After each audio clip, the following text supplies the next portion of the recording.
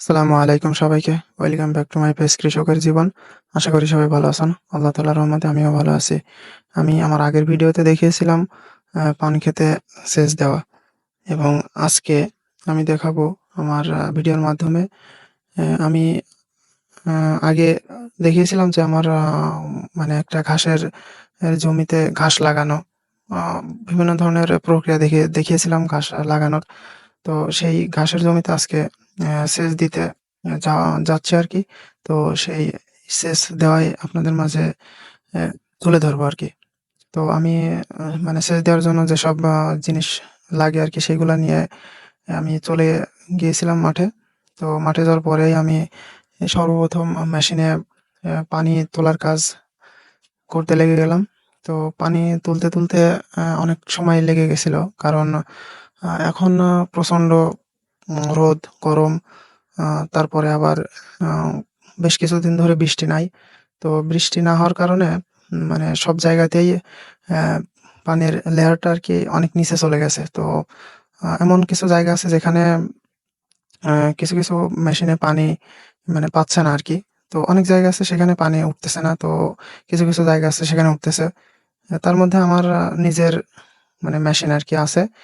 আমার ঘাসের জমির পাশেই নিজের মেশিন আছে। তো সেই মেশিনে পানি পাচ্ছে না, পানি উঠতেছে না। তো সেই কারণে আমার অন্য আরেকজনের মেশিন থেকে আমার এই ঘাসের জমিটাতে পানি দিতে হবে। সেজন্য গেছিলাম।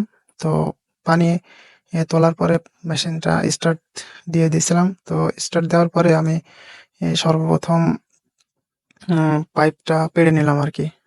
তো পাইপ পেড়ে নেওয়ার পরে আমি মোটামুটি আরেকটা কাজে লেগে গেলাম। সেই কাজটা হচ্ছে এ ঘাসের জমির পাশে অনেক আগাছা ছিল। তো মোটামুটি সেই আগাছাগুলা টুকটাক পরিষ্কার করতেছিলাম। তো পরিষ্কার করতে একটা জিনিসই খেয়াল করলাম যে এখন যে পরিমাণ গরম পড়তেছে, এই গরমের ভিতরে মানুষের মানে যেকোনো কাজই হোক, সেই কাজগুলা করতে অনেক সমস্যা হয়ে পড়তেছে। কেননা আ আমি নিজেই মোটামুটি যে কাজগুলা করি, তো সেই কাজগুলা সবসময়ই হচ্ছে গিয়ে রোদের ভিতরে করা হয়। তো ঘাসের জমিতে সেচ দিতে গেছিলাম মোটামুটি দুপুরের দিকে।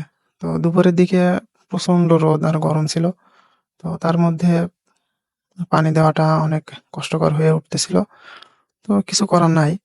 আ এর ভিতরেই মানে এর মধ্যেই এই কাজগুলা করতে হবে। তো যদি আমি এখন এই ঘাসের জমিতে পানি না দিই, তাহলে মানে ঘাসগুলা মরে যাওয়ার সম্ভাবনা থাকে অনেক বেশি। সেজন্য আরকি এখনই ঘাসের জমিতে পানি দিতে হবে। তো আমার মোটামুটি আগাছাগুলা পরিষ্কার করা শেষ এবং ওইদিকে মেশিন চলার পরে মেশিন থেকে অন্য আরেকজন মানে তার জমিতে পানি দিতেছিল। তো তার জমিতেও পানি দেওয়া শেষ এবং আমি হচ্ছে চলে গেলাম।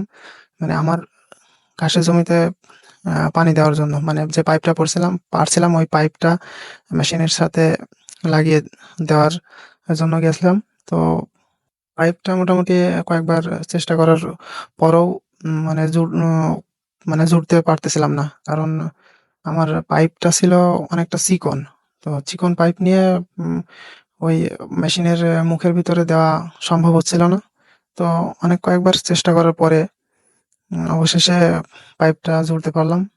তো পাইপ জোড়া শেষে আমি চলে গেলাম দেখতে যে পানিটা ঠিকভাবে যাচ্ছে কিনা এবং এর মধ্যে আমি পাইপটা আ একটু জায়গায় একটা জায়গায় মানে সোজা করে দিলাম। সোজা করে দিয়ে আমি চলে গেলাম আমার ঘাসের জমিতে মানে ঠিকভাবে পানি যাচ্ছে কিনা সেটা দেখার জন্য। তো গিয়ে দেখলাম যে মোটামুটি ভালোই যাচ্ছে।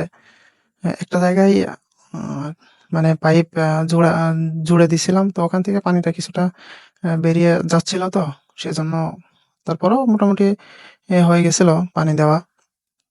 তো এখন মোটামুটি আমার পানি দিতে অনেক সময় লাগবে। তো সম্পূর্ণ পানি দেওয়ার ভিডিও তো দেওয়া সম্ভব হয় না। তো মোটামুটি আজকের ভিডিও এ পর্যন্তই। আ যারা আমার এই ভিডিওটা Facebook থেকে দেখছেন, তারা অবশ্যই আমার Facebook পেজটাকে ফলো দিয়ে আমার পাশে থাকবেন এবং যারা ইউটিউব থেকে দেখছেন তারা অবশ্যই আমার ইউটিউব চ্যানেলটাকে সাবস্ক্রাইব করবেন, যাতে করে আমি কৃষিকাজের নতুন নতুন এবং সুন্দর সুন্দর ভিডিও আপনাদের মাঝে দিতে পারি। তো আজকের ভিডিও এই পর্যন্তই।